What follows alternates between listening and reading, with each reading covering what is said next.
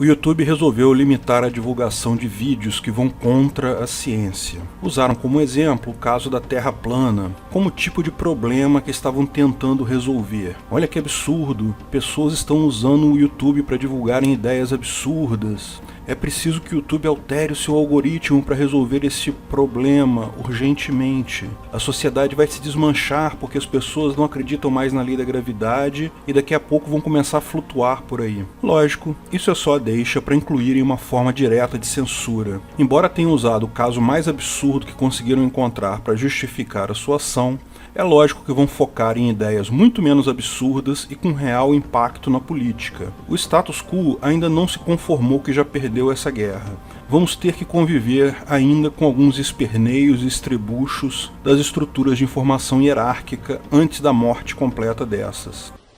Antes de continuarmos o vídeo, aproveite para curtir e se inscrever na página. Clique no sininho para ser avisado de novos vídeos. A Terra é plana? Não é plana, é evidente que é um globo. É muito fácil qualquer grupo de pessoas fazer experimentos simples, desenhados desde a Grécia Antiga e tirar essa dúvida. Mas o que eu quero conversar aqui é um pouco diferente. A pergunta mais precisa seria: é um problema haverem na sociedade pessoas que acham que a Terra é plana? Se você julgar pelo que falam alguns professores e a grande mídia, sim. É um absurdo completo que algumas pessoas ainda questionem isso. Como assim? Algo que Galileu já refutou na Idade Média? Como alguém tem coragem de pensar diferente do mainstream? Nossa sociedade está condenada. Meu ponto é que não, isso não é um problema. Lógico que isso não é um problema. Na verdade, isso pode ser uma coisa extremamente positiva para a ciência e para a sociedade no longo prazo. Como já expliquei em outros vídeos, a minha visão é que estamos passando por uma mudança significativa no paradigma de distribuição de informações. Até poucos anos atrás, nossa informação era hierárquica, grandes autores e pesquisadores escreviam livros técnicos e papers, que outros autores simplificavam e tornavam mais didáticos em livros-texto, que eram usados por professores para ensinar isso aos alunos nas escolas. Da mesma forma, grandes agências de notícia buscavam notícias relevantes no mundo todo que depois eram traduzidas e adaptadas para a cultura local por grandes redes de televisão e jornais, que então chegavam na mão dos consumidores de informação, do público em geral. Esse paradigma foi quebrado com a internet. Houve um barateamento absurdo do custo de divulgação da informação. Com isso, você criou uma enorme rede de produtores e consumidores de conteúdo. Numa rede social como o Facebook, ao escrever qualquer coisa, você se torna produtor de conteúdo, ao mesmo tempo que lê conteúdo de outras pessoas. O mesmo acontece no Twitter, no YouTube e em outras redes sociais. Todos nós agora produzimos e consumimos conteúdo de diversos tipos. As estruturas hierárquicas de produção de informações, escola, academia, mídia, jornais, não sumiram. Apenas enfrentam agora a concorrência dessa nova fonte de informações. Embora isso seja uma mudança relativamente pequena, porque a maior parte da população ainda está formando opinião com base em estruturas hierárquicas, isso levou a uma explosão de informações disponíveis e expôs o quanto as estruturas hierárquicas de informação moldavam tal informação. Todas essas estruturas hierárquicas gostam de se dizer isentas. Veja todos os jornais e redes de televisão, todas elas se dizem isentas e imparciais e que, quando falam opinião, isso é explicitamente mostrado em colunas ou editoriais. Os professores também, em sua maioria, se dizem isentos, apenas querem questionar criticamente a sociedade. Mas quando passamos a ter acesso a informações de outras fontes, de múltiplas fontes não hierárquicas, é que percebemos o quão direcionadas eram as informações dessas fontes hierárquicas. Quando falamos de política, essa visão é clara e cristalina. Aqui no Brasil havia um direcionamento absurdo favorecendo a esquerda, o socialismo, com o discurso de que socialismo é a favor dos pobres e minorias. Mas quando as informações são confrontadas com outras fontes descentralizadas, é que percebemos que o socialismo nada mais é que o status quo, a elite intelectual e política que deseja manter seus privilégios, imprimindo essa ideia de luta de classes. Lutem aí, paisanos da classe A contra os paisanos da classe B, enquanto nós vivemos aqui de boa dos impostos que vocês pagam. Falei mais sobre esse assunto no vídeo O que são fake news. E, lógico, o status quo está se revoltando contra isso. Tem vários vídeos vídeos meus explicando como governos e companhias de mídia estão abertamente atacando as redes sociais, visando exercer algum tipo de controle do discurso, de censura, querem ter aquela visão política e história monolítica que tinham até um tempo atrás. Falei sobre isso também no vídeo, por exemplo, Quem tem medo de ser zucado. Mas essa transformação não inclui apenas a política, inclui, de fato, qualquer tipo de informação.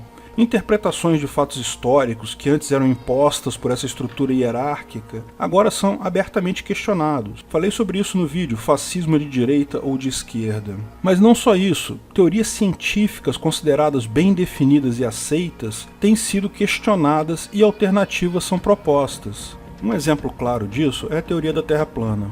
Para quem não conhece, parece uma besteira sem tamanho, mas existem inúmeros artigos e grupos de discussões que se formam em torno dessas teorias alternativas. Se você entrar num grupo de terraplanistas, vai receber artigos, argumentos, refutações. Mas esse não é o único caso. A questão toda é que a ciência, a atividade de entender como o mundo funciona, é, do ponto de vista da matemática, uma atividade de busca do mínimo. Existe uma superfície multidimensional discreta, com cada dimensão sendo definida como a teoria de previsão de determinado efeito no futuro, e buscamos um conjunto de dimensões que otimiza a função de prever o comportamento do sistema no futuro, com base no mínimo de informações atuais. Algo como os diagramas NK propostos por Kaufman no estudo de algoritmos genéticos. Como qualquer algoritmo de busca de um mínimo, a ciência enfrenta um problema central, que é a impossibilidade de diferenciar um mínimo local de um mínimo global. O pior que pode acontecer a um algoritmo de otimização é ficar preso em um mínimo local.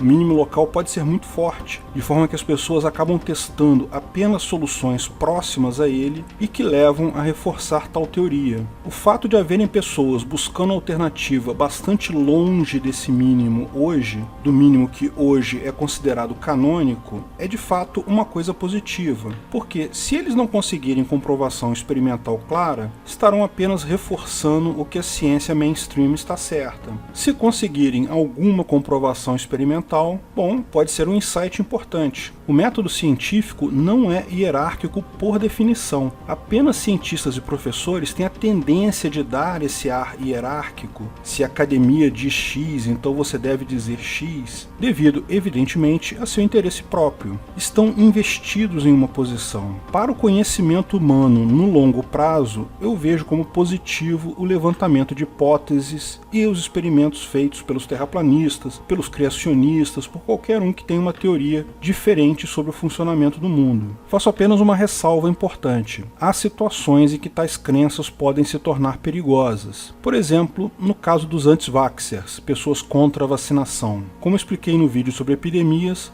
se a iniciativa do YouTube de impedir conteúdo por estar fora do cânone acadêmico fosse realmente bem intencionada, deveriam focar exclusivamente nesse tipo de coisa. Situações que podem ser demonstradas por teste de hipótese claro e geram prejuízo para outras pessoas. Fora isso, coisas como climatologia, que não tem teste de hipótese possível, economia, política, todos os ramos de conhecimento humano que não admitem teste de hipótese, a melhor solução para a humanidade é deixar cada um falar o que quiser.